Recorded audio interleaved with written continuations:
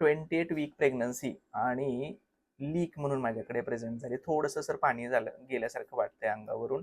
आम्ही जेव्हा तिला पाहिलं, टेस्ट केलं, तर एक टेस्ट असते ज्याला आपण फिटल फायब्रोनेक्टिन टेस्ट किंवा एमन्युश्युअर टेस्टिंग म्हणतो, ज्याच्यामध्ये आपल्याला कळतं की खरंच बाळाभोवतीचं पाणी लीक होतंय की काय.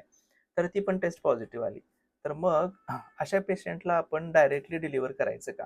कारण बऱ्याचदा हे पेशंट्स रॉंगली डिलिव्हर केले जातात विदाऊट मॉनिटरिंग. मात्र जर आपल्याकडं सेटअप चांगला अवेलेबल असेल, पेशंट एज्युकेटेड असतील, वेल अंडरस्टँडिंग असतील, तर त्या पेशंटला आपण ॲडमिट ठेवून त्यांचं हिमोग्लोबिन, त्यांचं CRP टेस्टिंग, त्यांचं बाळाभोवतीचं पाणी जे आहे सोनोग्राफी टेस्टिंग करून, बाळाचे हार्टबीट बघत राहून, या पेशंटला आपण मॉनिटरिंग करून पाहू शकतो आणि we can pull these pregnancies till टर्मपर्यंत या प्रेग्नन्सीज आपल्याला पुल करता येऊ शकतात.